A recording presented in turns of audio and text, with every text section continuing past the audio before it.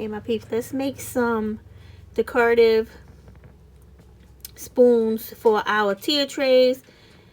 It's s'mores themed, so I'm just putting a piece of tissue under my plastic white spoons so that the drip won't fall all out of the spoon.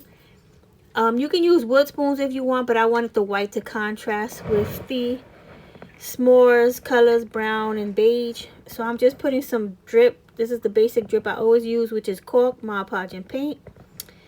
And then I took a toothpick and I'm just spreading it around so it could fill up the spoon.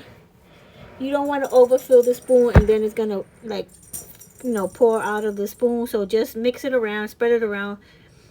Then I got my mix-ins, which is just a little piece of a Hershey bar, a graham cracker, a Teddy Graham, and a small marshmallow. And I just added that to the fake chocolate drip. And then I got me this sand. It's coarse sand I got from Dollar Tree. It looks like, it reminds me of cookie crumbles, so I kind of just put some on there. And then I took a little tiny bow and I just glued it onto there for a little something something. So I'm going to put another one on that other spoon. I was having a little trouble getting that that bowl to open up, and finally did. So now I'm going to glue it on there. And basically that is it. You're ready to go. Now you got to let this dry overnight. So there goes the one I did with the wooden spoon.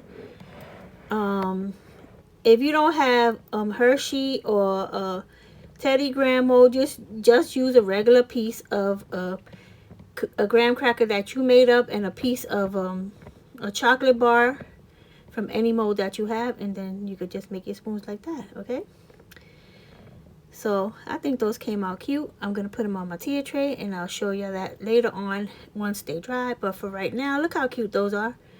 You can make them with a wood spoon or plastic spoon. It doesn't matter.